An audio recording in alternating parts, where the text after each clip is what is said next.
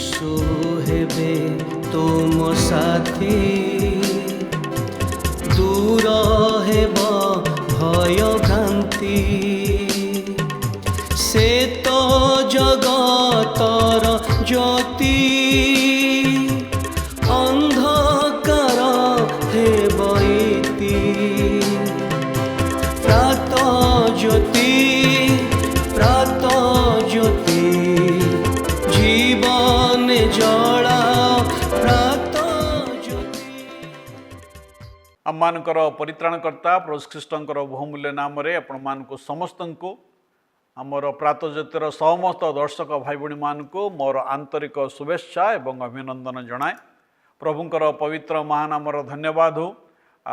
प्रभु आम को यही कार्यक्रम द्वारा स्वल्प समय मध्य ईश्वरंकर वाक्यर किसी गुरुत्वपूर्ण तथ्य को आपण निकट रखापी से सुजोग देते मुझे मान को धन्यवाद जनाए जे आपण मैंने नियमित भाव में आम मानकर कार्यक्रम देखुंट अनेक आम मान को आपण व्हाट्सएप रे कॉल करिसेंती आपणकर प्रेयर रिक्वेस्ट पठेइचंती आपण मान को धन्यवाद जनाए। मन रखु भाई भाई मैंने आम नियमित भाव में आपण निमंते प्रार्थना करुछु। जदि ये कार्यक्रम संबंध में आपणकर जदि कौन सी प्रश्न थाए संदेह थाए आम को जनातु आम निश्चय आपणकर प्रश्न उत्तर देवाई चेष्टा करूँ। तेज आसतु आम आज कार्यक्रम आगू को बढ़ा। आज आम जो प्रसंग रे आलोचना करवा आम गत थर से संबंध में किसी आलोचना करूँ। एक युवार स्वप्न युवा जीवन रे स्वप्न आम अनेक कथा देखीलु से मध्यरु आम कथा देखीलु जे परमेश्वर आउ से स्वप्न दियंती। ये स्वप्न एक साधारण स्वप्न नुहे।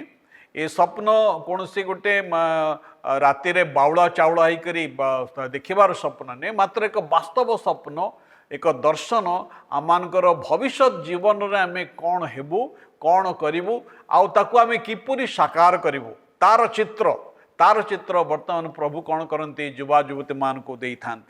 भाई भाई माने आम देखीलु जे ईश्वर किपरि से दाऊद को स्वप्न द्वारा कथा कही आम देखीलु जे किपरि तिमोथी को प्रभु स्वप्न द्वारा कथा कही अनेक को प्रभु जोसेफ को किपरि स्वप्न द्वारा कथा कही एक कथा आम गत थर देखीलु। तेबे ईश्वर जिते बड़े कौन से स्वप्न मान को दियंती युवा युवती मान को जीवन कौन स्वप्न दियंती आउ से स्वप्न अति सहजरे जे सफल हो ताहा नुहे। मु एक बड़ स्वप्न देखी आउ से स्वप्न देखिकी ते आपे आपे से स्वप्न सफल हो नाई भाई भाई मन ताही पारिबो नै। आपण अनेक प्रकार समस्या मध्य दे जिवे अनेक प्रकार बाधा विघ्न मध्य दे आपण को जीवाक पड़िबो। ईश्वर दत्त स्वप्न रे अनेक विरोधर सम्मुखीन आपण हेबे ना। जोसेफ जेते बड़े स्वप्न देखिले भाई मान ठारू अनेक प्रकार बाधा पाइले एपरिक भाई माने तांकू प्रत्याख्यान कले दे रिजेक्टेड हिम आउ से माने ए प्रकार को चक्रांत कले तांकू गातरे पकई देले गातरे पकई देले पुणी तांको गातर उठे आनिकरी से मिश्रीय मान को विक्रय करदेले। ए प्रकार अनेक बाधा विघ्नर सम्मुखीन से होते।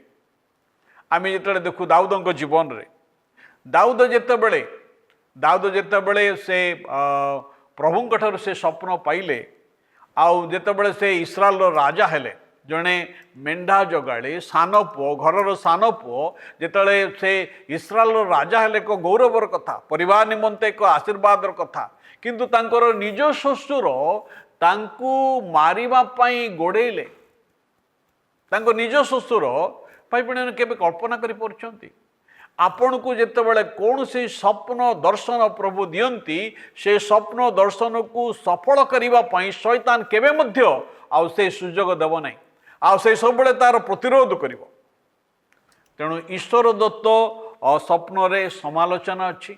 आपण जदि किसी नेता हबार स्वप्न देखुंत मन रखु आपण जीवन समालोचना अच्छी। जदि आपण कौन से नेता होती मन रखु आपण जीवन रे समालोचना अच्छी एवं ए स्वप्न मध्य सफल होगापी विलम्ब हो पारे अपेक्षा करिया पड़िबो। ଏବଂ ବିଫଳତା ମଧ୍ୟ ଅଛି, ପ୍ରଲୋଭନ ଅଛି। ଆପଣଙ୍କର ସ୍ୱପ୍ନକୁ ବାଟବଣା କରିବା ପାଇଁ ଅନେକ ପ୍ରକାର ଶତ୍ରୁ ଶୈତାନର ପ୍ରଲୋଭନ ଅଛି, ବିରୋଧୀମାନଙ୍କର ଅପୋଜିସନ୍ ଅଛି। ଏସବୁ ମଧ୍ୟରେ ଅନେକ ଭାବନ୍ତି ଯେ ସ୍ୱପ୍ନଟି ପ୍ରଭୁଙ୍କ ଠାରୁ ନୁହେଁ, ସ୍ୱପ୍ନଟି ଭୁଲ ଥିଲା, ମୁଁ ଏକ ଭୁଲ ସ୍ୱପ୍ନ ଦେଖିଲି, ଭୁଲ ବିଷୟ ମନୋନୟନ କଲି। ମାତ୍ର ଭାଇ ଭଉଣୀମାନେ, ମୁଁ କହିବା ପାଇଁ ଚାହେଁ ଯେ ଆପଣଙ୍କର ଏସବୁ ମଧ୍ୟରେ ସ୍ୱପ୍ନଟି ଯେ ଭୁଲ ଥିଲା ତାହା ନୁହେଁ, ମାତ୍ର କେତେକ ସମୟରେ ପ୍ରଭୁ କ'ଣ କରନ୍ତି ନା ଆମମାନଙ୍କର ଚରିତ୍ରକୁ, ଏକ ଯୁବା ଜୀବନର ଚରିତ୍ରକୁ ବଳିଷ୍ଠ କରିବା ପାଇଁ ଅନେକ ପ୍ରତିକୂଳର, ଅନେକ ପ୍ରକାର ବାଧାବିଘ୍ନର ସମ୍ମୁଖୀନ ହେବା ପାଇଁ ସେ ଅନୁମତି ଦେଇଥାନ୍ତି। ଭାଇ ଭଉଣୀମାନେ, ଈଶ୍ୱର ତାଙ୍କ ଲୋକମାନଙ୍କ ଜୀବନରେ ତାଙ୍କର ସେଇ ଯେଉଁ ଖ୍ରୀଷ୍ଟ ଯୀଶୁଙ୍କର ପ୍ରତିମୂର୍ତ୍ତିକୁ ସ୍ଥାପନ କରିବା ପାଇଁ, ତାଙ୍କର ଚରିତ୍ରକୁ ବଳିଷ୍ଠ କରିବା ପାଇଁ ଅନେକ ବିଷୟ ସେ ଆଣିଥାନ୍ତି। ଆଜି ଏହି ସ୍ୱପ୍ନକୁ ସାକାର କରିବା ପାଇଁ ଆମ ଜୀବନରେ ଶୃଙ୍ଖଳା ଆବଶ୍ୟକ, ପବିତ୍ରତା ଆବଶ୍ୟକ। ଏକ ସ୍ୱପ୍ନ ଶୃଙ୍ଖଳା ବିନା ଏହା କେବଳ ଏକ କଳ୍ପନା ମାତ୍ର। ଯଦି ଆପଣ କୌଣସି ସ୍ୱପ୍ନ ଦେଖୁଛନ୍ତି, ଅନେକ ଲୋକମାନେ ଦେବା ସ୍ୱପ୍ନ ଦେଖନ୍ତି, ଡେ ଡ୍ରିମ୍ ନୁହେଁ। ଯଦି ଆପଣଙ୍କର ସ୍ୱପ୍ନର ଶୃଙ୍ଖଳା ନାହିଁ, ଆଉ ତାହା କେବଳ କଳ୍ପନା ଅଟେ। ଯୋସେଫ ପୋଟିଫରଙ୍କ ଗୃହରେ ବିଶ୍ୱସ୍ତ ରହିଲେ, ବାବିଲୋନରେ ଦାନିଏଲ ଆଉ ସେ ପବିତ୍ର ରହିଲେ, ରାଜାଙ୍କର ଖାଦ୍ୟ ଦ୍ୱାରା ସେ ଆପଣଙ୍କୁ ଅଶୁଚି ନ କରିବା ପାଇଁ ନିଷ୍ପତ୍ତି ନେଲେ ଏବଂ ଆଉ ସେ ରାଜାଙ୍କର ଖାଦ୍ୟକୁ ଗ୍ରହଣ କଲେ ନାହିଁ। ଆପଣଙ୍କର ସ୍ୱପ୍ନକୁ ନେଇ ଆପଣ ପ୍ରାର୍ଥନା କରନ୍ତୁ, ଈଶ୍ୱରଙ୍କର ବାକ୍ୟକୁ ଅଧ୍ୟୟନ କରନ୍ତୁ, ଆଉ ଯେତେ ପାପପୂର୍ଣ୍ଣ ବାଧାବିଘ୍ନ ଆପଣଙ୍କ ଜୀବନ ଆସୁଛି ତାକୁ ଏଡ଼େଇ ଯାଆନ୍ତୁ। ଉତ୍ତମ ଅଭ୍ୟାସ ଆପଣ ତିଆରି କରନ୍ତୁ, ଆଉ ଦେଖିବେ ଈଶ୍ୱର ଆପଣଙ୍କର ସ୍ୱପ୍ନକୁ ସାକାର କରିବେ। ଆପଣ ଈଶ୍ୱରଙ୍କର ସେଇ ମହତ୍ କାର୍ଯ୍ୟକୁ ଆପଣଙ୍କ ଜୀବନରେ ସଫଳ କରିବାକୁ ପାରିବେ। ପ୍ରଭୁ ଆମ ସମସ୍ତଙ୍କୁ ଆଶୀର୍ବାଦ କରନ୍ତୁ। ଆସନ୍ତୁ ପଦେ ପ୍ରାର୍ଥନା କରିବା। ପ୍ରଭୁ, ଧନ୍ୟବାଦ ଦେଉଛୁ ଆମମାନଙ୍କର ଯୁବା ଯୁବତୀମାନଙ୍କ ଜୀବନରେ ଯେଉଁ ସ୍ୱପ୍ନ ଦେଇଛ, ହେ ପ୍ରଭୁ, ଯେପରି ସେ ସ୍ୱପ୍ନକୁ ସାକାର ଯେପରି ଆମେ କରିବାକୁ ପାରିବୁ, ତୁମର ଅନୁଗ୍ରହ ପ୍ରଦାନ କର। ପ୍ରଭୁ, ଆମ ପ୍ରତ୍ୟେକଙ୍କୁ ଆଶୀର୍ବାଦ କର। ଏହି ପ୍ରାର୍ଥନା ଯୀଶୁଙ୍କ ନାମରେ ଉତ୍ସର୍ଗ କରୁଅଛୁ, ଆମେନ୍। ରହିଲୁ, ନମସ୍କାର।